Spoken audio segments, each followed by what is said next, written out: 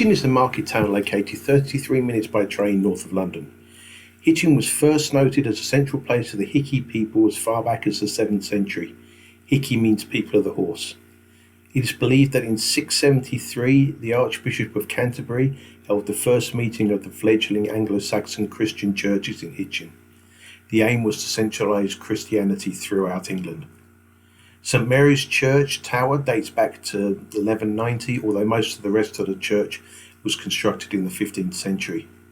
It's unusually large for a town of this size and shows how the town prospered from the wool trade due to it being close to the Icknield Way. It was also the first staging post for coaches from London. The cobbled streets lead to an outdoor area that sells snacks plus alcoholic and non-alcoholic drinks.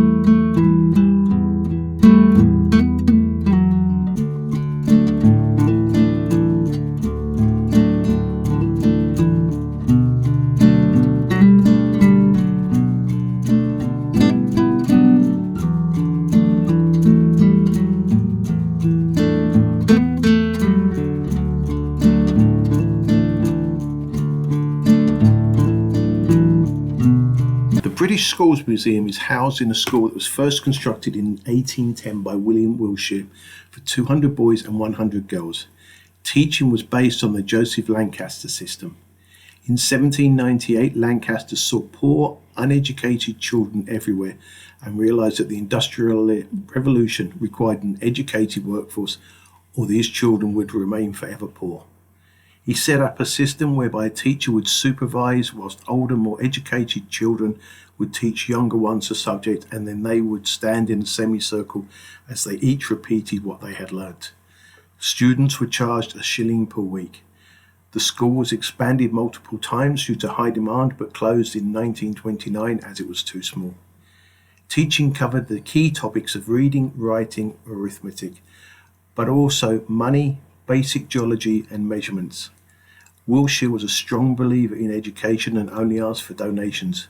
Poor cash management led to many issues throughout the years. Although the ratio of students to pupils was high, discipline was relaxed, at least by the standards of the day. This was the only way for most students to escape poverty, and so they were highly incentivized. And there was probably a lot of fear of what parents would do if students didn't graduate.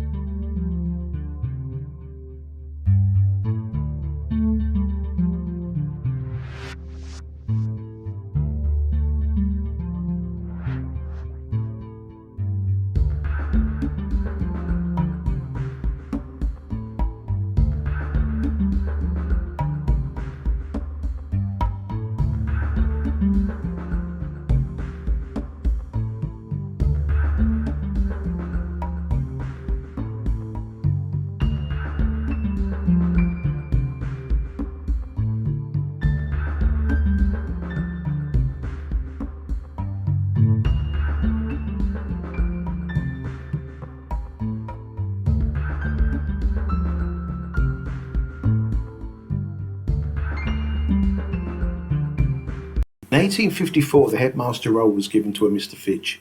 He was ill and not expected to live very long, and so he was given a house in the school grounds for him and his wife to live in.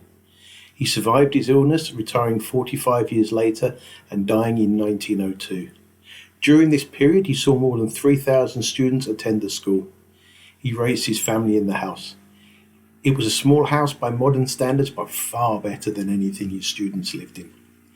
Mr. Fitch was loved by his students, who considered him to be fair, although he would discipline the students as required.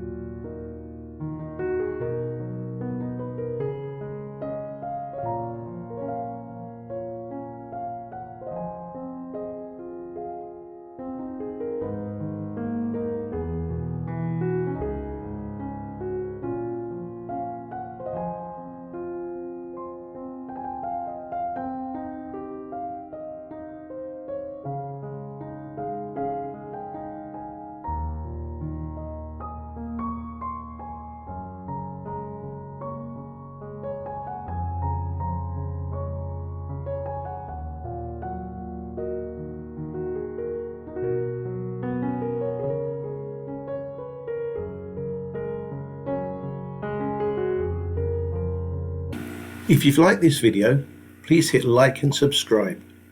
Have a relaxing week and hope to see you all next week.